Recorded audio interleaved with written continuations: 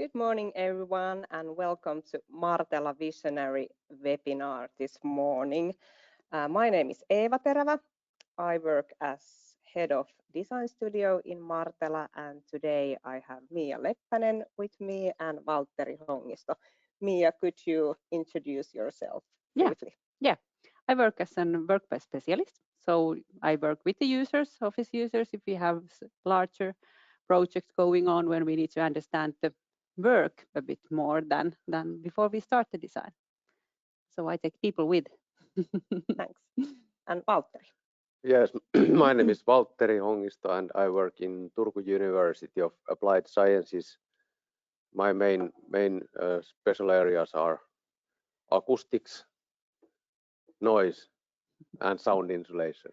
Yes. And perception of those. Yes, and that's very, very important topic in office design. So we are so happy that you are here with us today. And our topic is working on the same wavelength. You had Valtteri choreography for this. Good moments. Yes, and the topics and themes we are talking about today is physical conditions of office space, and Valtteri, you are a specialist for that.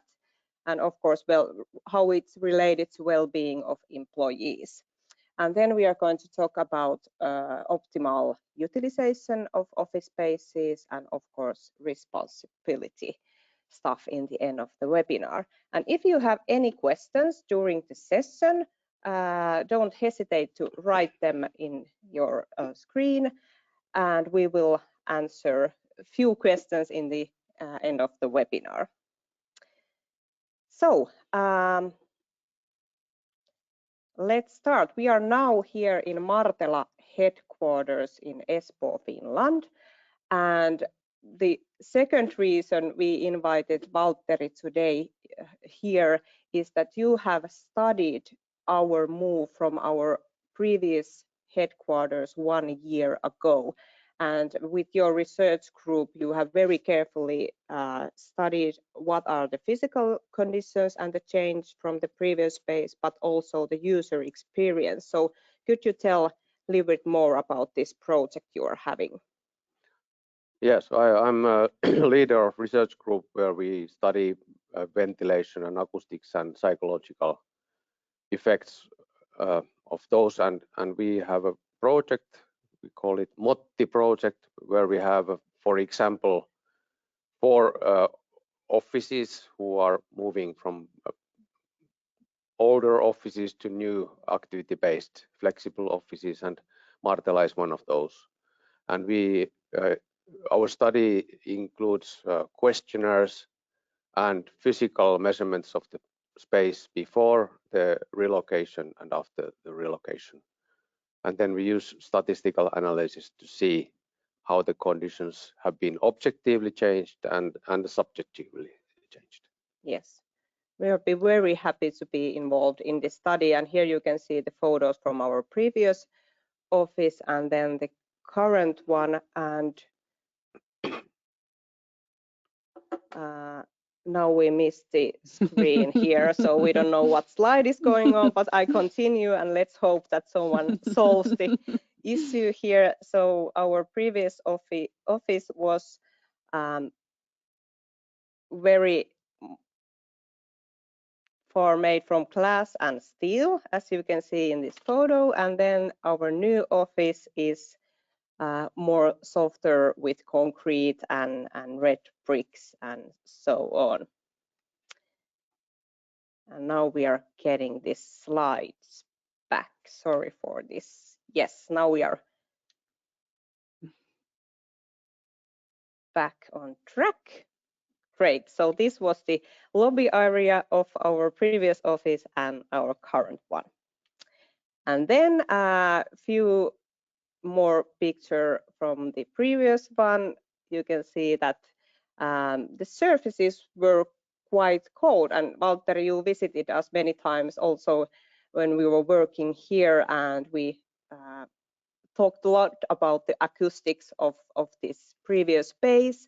And actually, even it was full of glass surfaces, it was acoustically quite well still, wasn't it? Because it has so much open space. Yes, the older office was about 20 years older, and it was mainly open plan office.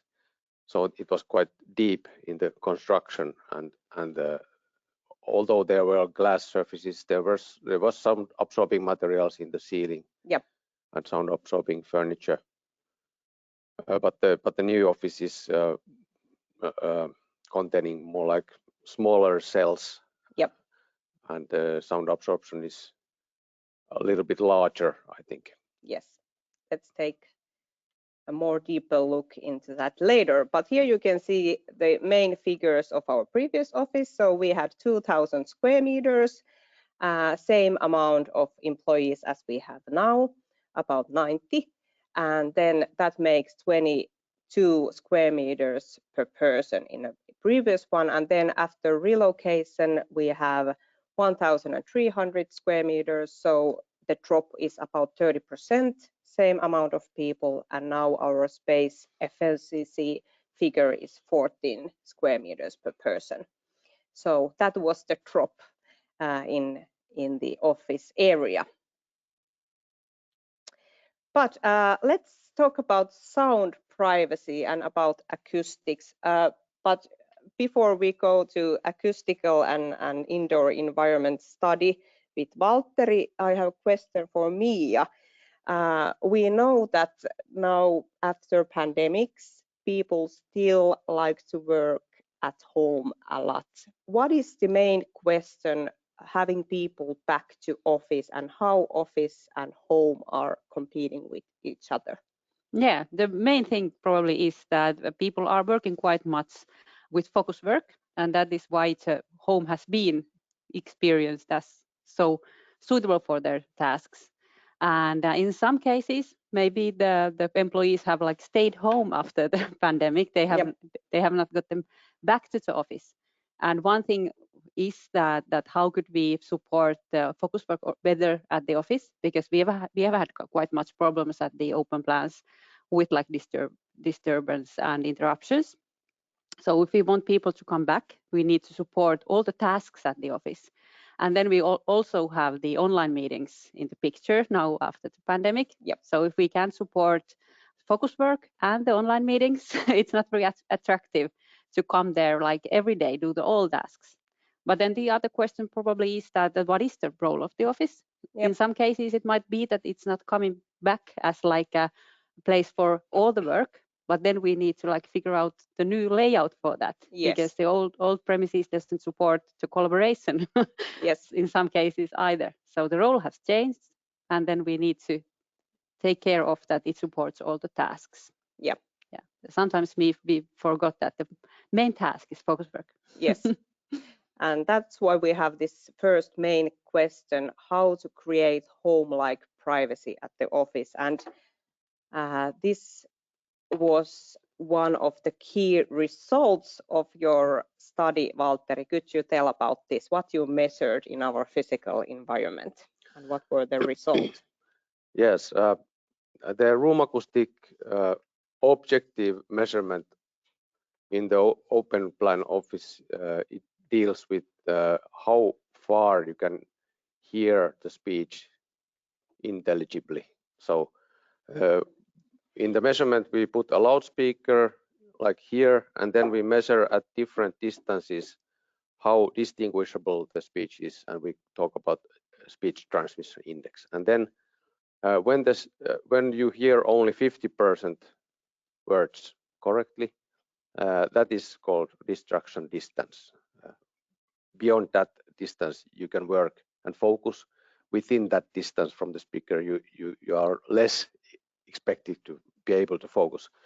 And in old office, the value was 19 meters, so almost the length of the whole office. Yes. And in the new office, the value was only 10 meters. Okay, so there was enormous decrease in those numbers. What is the usual number in general? We have measured values from 2.5 meters, which is the world record maybe. Okay. And up to 20 meters, which is the longest, and I think Martela old office belongs to those. Okay. I'm sorry. Yeah, okay. Okay. Well, good that we moved then.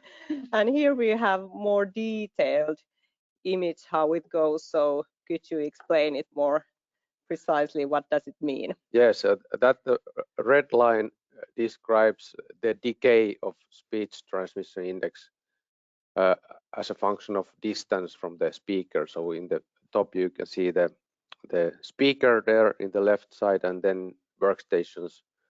So in the old office you could hear speech very well up to 20-meter distance. The STI value is still 0.5. Yeah. But in the new office the STI 0.5 is reached already at 10-meter distance. Yes.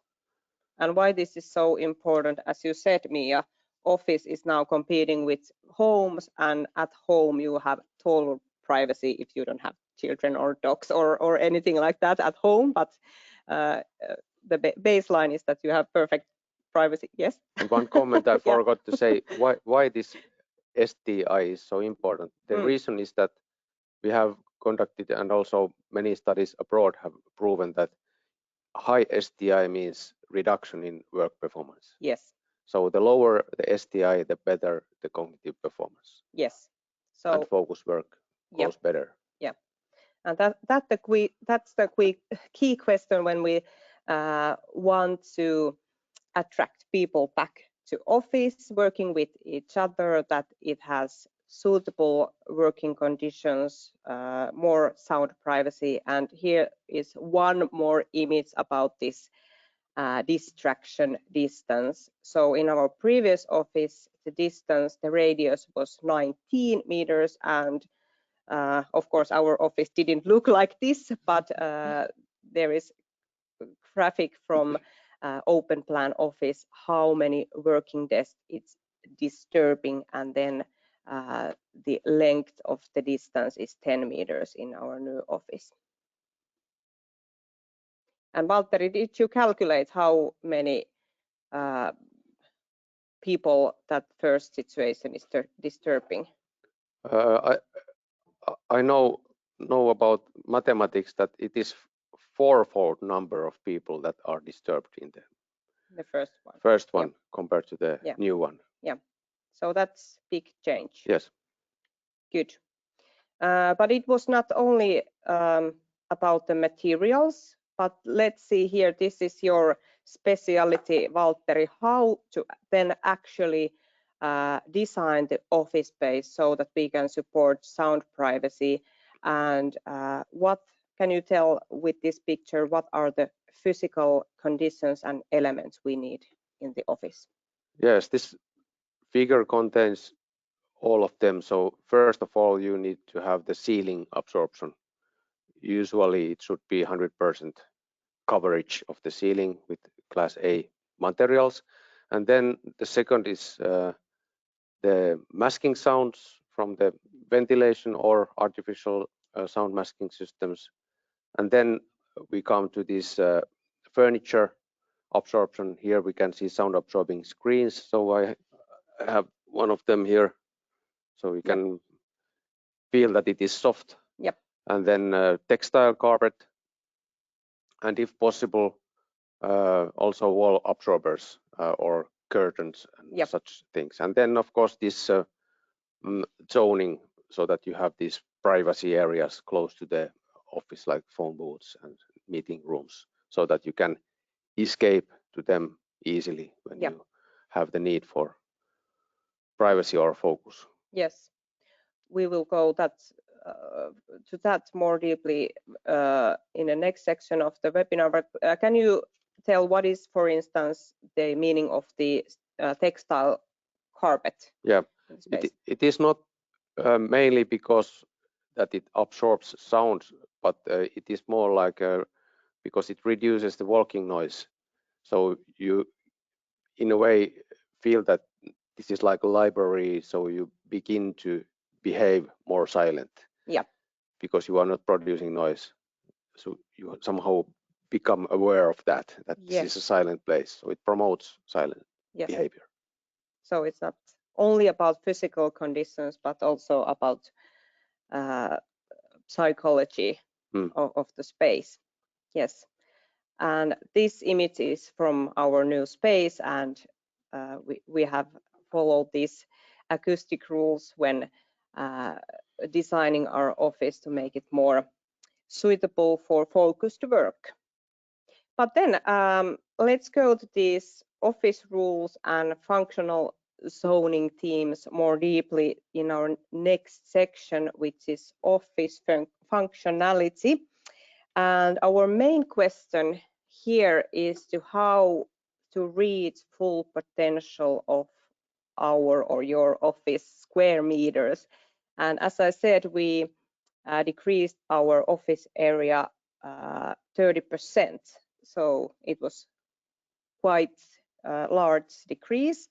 And one big question has been that what is the user experience then? Because people have less space. Of course, now we know after pandemics that people are working at home from 1 to 2 or 3 days per week. But Valtteri, you have also studied what is the impact of the relocation for employee experience. Can you tell about this? Yes, the questionnaire was about 50 minutes long to fill, and we had about 77 and 85 people were invited to respond, and about 55% responded both times.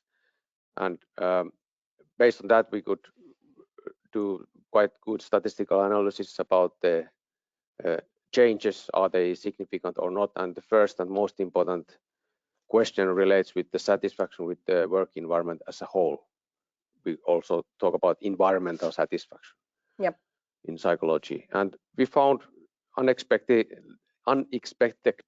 that the percentage of satisfied people increased from 44 to 85%. And that change was significant. Yes. Which is good for you. Yes, yes, we are happy. Yeah. We are happy here. And then more detailed yes, results. This is important because it explains why the finding was like that. So if you can see the asterisks after the different items of our questionnaire, you can see that there are many items where the red line is larger than the blue line. So the satisfaction with these items was increased significantly, and actually none of the items was reduced. So the only a couple amount of them of light and lighting, but that was because our previous office was 100% window. Yeah, and those changes are not significant. Yes. So it is within the tolerances of normal variation. Yeah. So the biggest change was in acoustic environment and speech privacy. Yes. As we can see here. And of course, also cleanliness and colors of rooms and furniture and visual privacy. Good.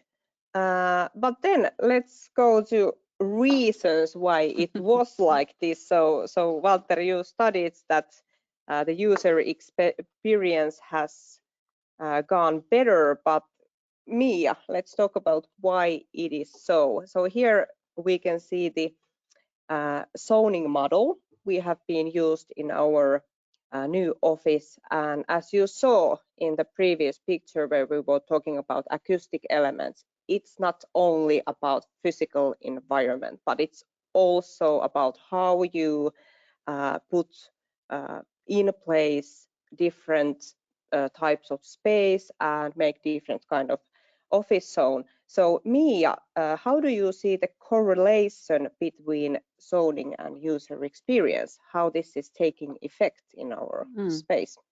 In our case, which is quite the same that in many other cases as well, is that we had quite much space before, but we had mostly open space. Yes. And it supports some kind of tasks, but not all of them. And in the new layout, we are like answering to the need of the users, what they do and what kind of spaces they need, like making different kinds of zones. And also the layout has an own effect on that, because before it was very open. Now we have like, it's easier to have zoning because the layout is different. And if we come to the first floor to our premises, now we have like a working cafe at the entrance, which is psychology and socially very important, that you meet people when you come to the premises, and there is usually some Yes, someone is always there to say hello when you come and when you leave. It's very like the first thing you think when you're at home, that I'm going to the cafe. Yes. And then we have plenty of meeting spaces that we didn't have before. We had quite much square meters of those, but we didn't have like the small ones which we needed. We didn't have that large like 20, 30 people groups. We had smaller ones, and now we have better premises facilities to those. And in the first floor is like more for collaboration. We don't have many like any places for focus work, and that it is planned for that. There are pictures from the working cafe at the moment. And when we left the old house, it was like we had a restaurant in there, which was closed, which was also one thing that made it a bit different when we came here. Yes. Yes, our images from the first floor. Yeah, this is like most for independent work in the first floor, but there are no screens. Also, very collaborative work though. Yes. And after taking these pictures, we have added curtains to windows. So if someone is wondering that. So the first floor is about collaboration, meeting each other, having client visitor meetings, and working together. And then we have stairs to second floor. And actually that is quite important, that we have the stairs inside. This was actually built for us, because now it's easier to go to the next floor. Yes, that's true. It's very easy access. Yeah. And then we jump to second floor, which is more like about the desks and individual work. Yeah, and it is quite easy to understand that it starts from the left-hand side with collaboration with lounge, and then interactional independent work, and it goes silent to the other part. And then the places for the online meetings, small meetings, are there in between. The second floor is mainly with desks and the small rooms for online meetings and small meetings, and that is the need these days. Yes. Actually. And we don't have that much. That would be cut off.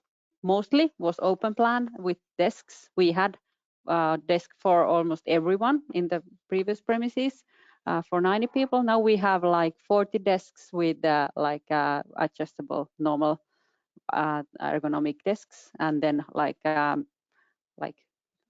this kind of hot desks for 20.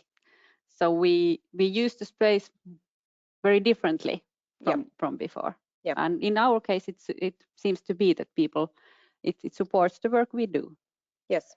And also, if we talked about the how we worked in the previous premises, because the acoustics, it was so open that we had quite good rules for how to handle with online meetings. We had quite much booths, and we used the booths for the online meetings. We didn't have online meetings in open plan. And that is also that has come with us as an habit. How we work is that we don't have the online meetings on open plan, which makes the open plan quite quiet actually.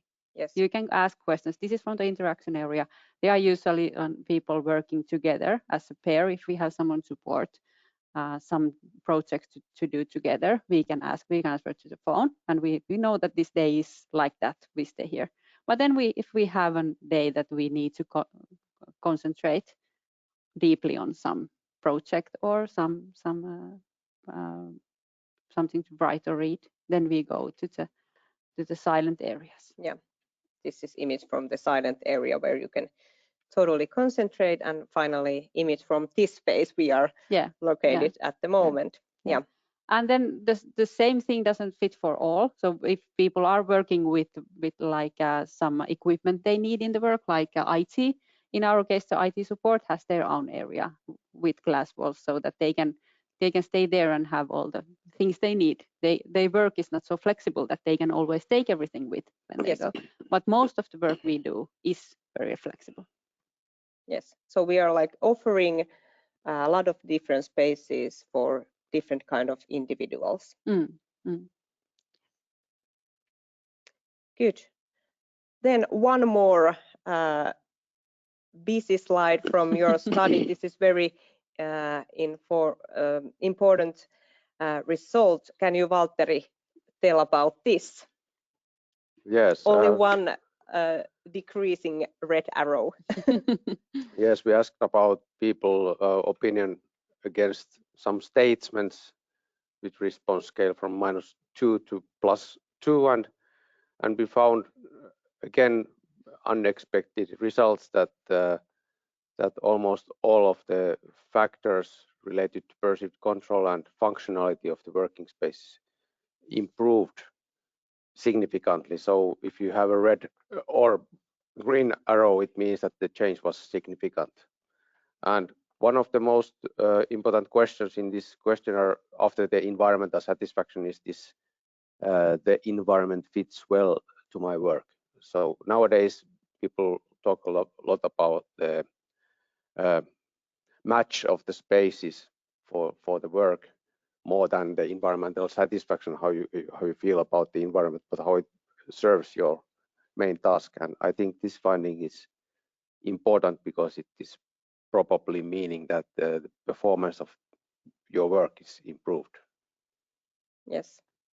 So very significant increase in many aspects. And then to make it really clear, what was the main conclusion of the study? So first of all, this is this what was the häiritsevyys, etäisyys, distraction distance of our office space, where the radius for was 10 meters. So we can see the result here. But as said and talked with Mia, it wasn't the only thing which was affecting the good user experience in our new premises. So it's also about this functional zoning. And here we can see the graph, how it takes effect. So as you saw in the layouts of our current space, we are kind of cutting the large office area with smaller items, such as meeting rooms. So we are having much more smaller entities of working desks than in the previous office. And through that, we have more individual freedom to choose, and freedom to choose when to collaborate, when to meet other people, and when to have more privacy. How do you, Valtteri, see this in other cases you have studied? Do you see this kind of involvement? This is quite typical nowadays in these two corridor offices, that you have these meeting rooms in the middle zone, and they serve also as sound insulating barriers between different zones of open plan offices. Yes. So yeah, that is quite typical nowadays. Yeah. And it improves of course the sound insulation between silent area and interactive area. Yes. So it's one recipe for good office design. And then, as you can see, in addition to these meeting rooms cutting the whole office area, we have phone booths where people can go take their phones and have chats during the working day. But also these closed rooms are important because they are reaching the ceiling. Yes, I have one comment that we also counted your meeting rooms and open plan office desks and everything like that, and we also can see, as you know, that the number of your meeting rooms has increased. Yes. And also we measured the sound insulation of the meeting rooms in both offices, and we could see that now you have a larger number of meeting rooms. Yes.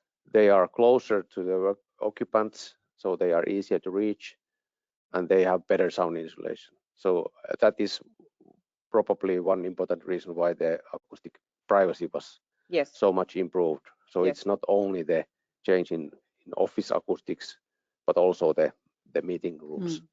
Yes. So it's not only, there is no one solution for good office design, but you need a lot of different physical conditions and functional design. And then also how to use the space. If we make various places for different tasks, but we still do all the tasks on one desk in the open plan, then it doesn't work. So we need to also change the habits how to do the work and utilize the spaces we have. There was actually one nice research that the most effective and the best way to have a break in the office is office walk. So we are sometimes hearing of that. It needs so much effort to change the place in the office, but it makes good for us to change the place and have a walk and go there which is most suitable for that kind of task. Good. Then the final topic, last but not least, responsibility. So Valtteri, this was the key conclusion from Martela case. You were stating that the return of investment in our user-based high quality and flexible office was good, and you were also stating that reducing the office area is also a sustainable choice. So by decreasing our space amount in 30%, it's of course ecological act for us. But then it's also about social responsibility. So if we first look the square meters of the office, we know that the figures in our office is 14, but Mia, what is the general office space efficiency in our client cases? Yeah, well, the economics is so that we are finding for new solutions because of people are also working from home, and then we usually are moving. If we have cell offices, we are moving from 20 to 25 square meters to have another choice for that. And then if we take a look into the open plan office and the flexible office, we are usually those two are the options because we are not increasing the square meters or keeping that they're in 25. And if we are working in multi-site, it would be good to take a look into the flexible office, what it has to offer. It is a different way of using the space. We are used to that we have the own desks. And then if we come to the 15 square meters, it usually means open plan. Yes. And we have quite much experience and research that it doesn't support all the work. There is the discussion at the moment, but it's not like it's socially or psychologically, it's not an easy change. Usually, you need support for that. You need to take into to look it from the different angle. Yeah. In that case, but that discussion has increased. Yes. Much. Yeah. But then about social responsibility. Yeah. In our case, it meant that we have less square meters, better quality in the better place according to our customers, for example. So the location is very important because one thing that is important when people are thinking of that if they are come to the office or not is that how much time and money it takes to come there. Yes. So the location is very important. But the change has to be some positive effect on people life. So there needs to be positive things more than the negative things. And we need to understand the user needs. We have now talked about our case today, but it is quite similar to the customer cases that we have, because we are doing quite similar work to customers, but not in all cases. We need to take into account that what kind of work the people are doing, and really understand the work and the needs, and then have a discussion that what kind of solution would suit better for that. Yes. And I think the office, the workplace, has a huge can have a huge effect on the culture, for the sense of belonging to the company, and it's good to utilize that power that it has. But also, if we think about the theme, the being on the same wavelength, it also means that we have to have a dialogue inside the organization. That if we are working like 50% of the days at the office, it's possible that we still don't meet each other. So we need to know when to come to the office, and what to do there. What are the I don't know, rules is maybe a bad word, but some kind of clear etiquette. Like ways to work. Yeah, because if we have total independence, it means that everyone has, and then we don't meet. So it supports also our own needs still, if we need to like come little bit to the common compared to the total flexibility. Yep. And then where to start? To understand the possibilities in the premises right now, and then take into account that is it possible to develop that, or is it better to move to new premises? There are various cases. It's hard to say what is the best for for everyone, but deeper look on that. And then about the employees' needs, what kind of the work they are doing, how to serve that best. And I in many cases there are many possibilities to support also the culture than on these days. Yes. And then the final summary. This is like a recipe for flexible work environment. Could you, Mia, tell about this? If the work is flexible, that you can move yourself from home office to office, and you are working on hybrid model, like 2-3 days a week, then the same square meters can be utilized in the different way. Than this could be also be open plan with dedicated places. But the flexibility means that you can have like zoning. You can focus work in this layout. On the left hand side, there are silent areas. We have more meeting rooms because we don't have dedicated office rooms, because also people working in their own office room are also working from home, so they are most of the time empty. And if we use the space flexibly, then the people who are at the office can use the office rooms. And that is usually the thing that the people experience very positively, that they have places to have the online meetings.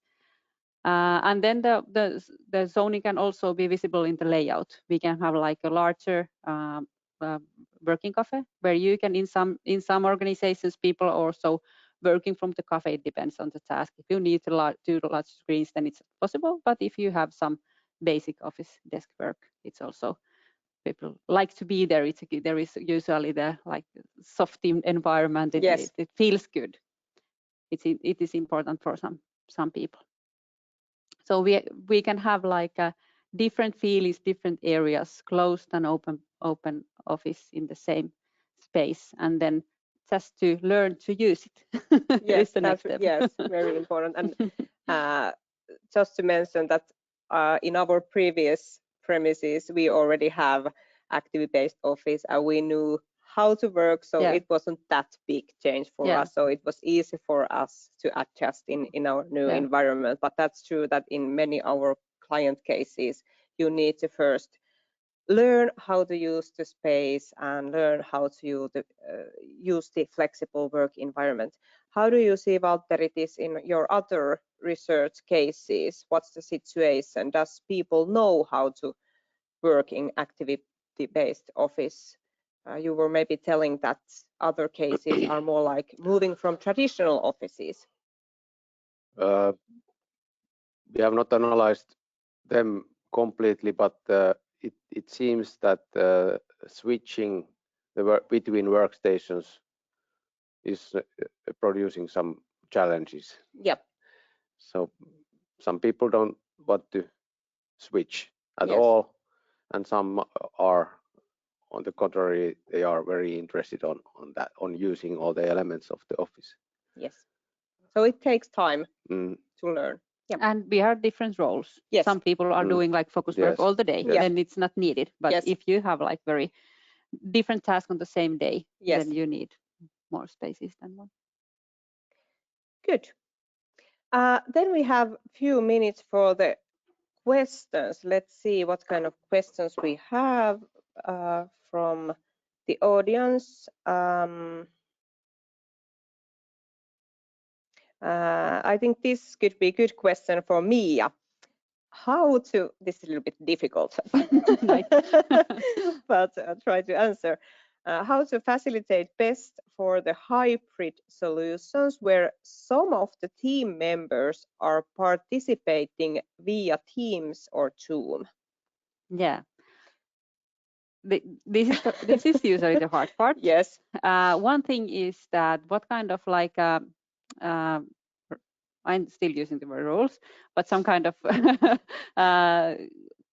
like culture in the organization that do we need to have a possibility to like be in the meeting always? Is there always a possibility to join via online, or can you ask everyone to come to the office?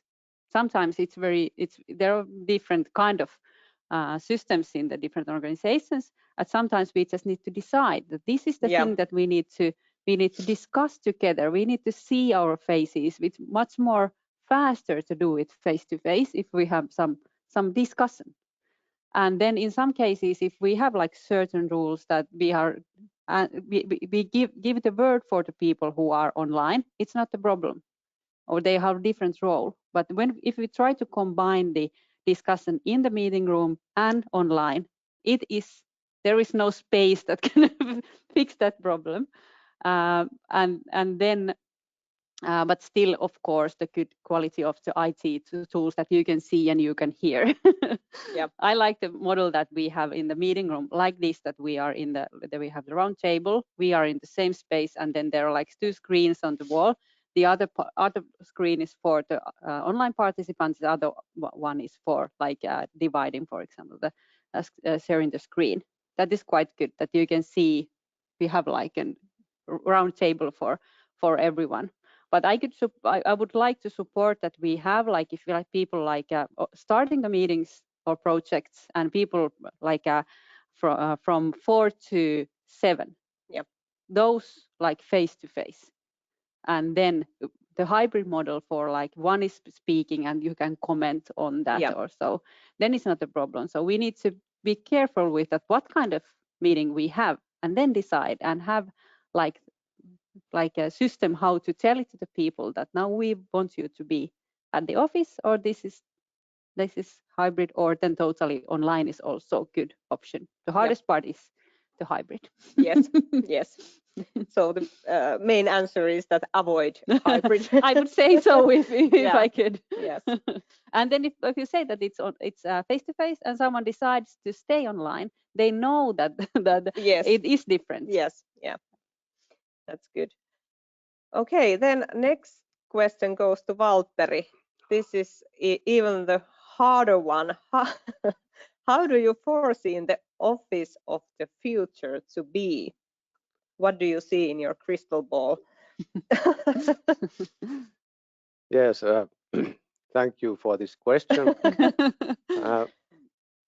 I've been thinking about it, and I think that you had this how to start slide a couple of slides ago.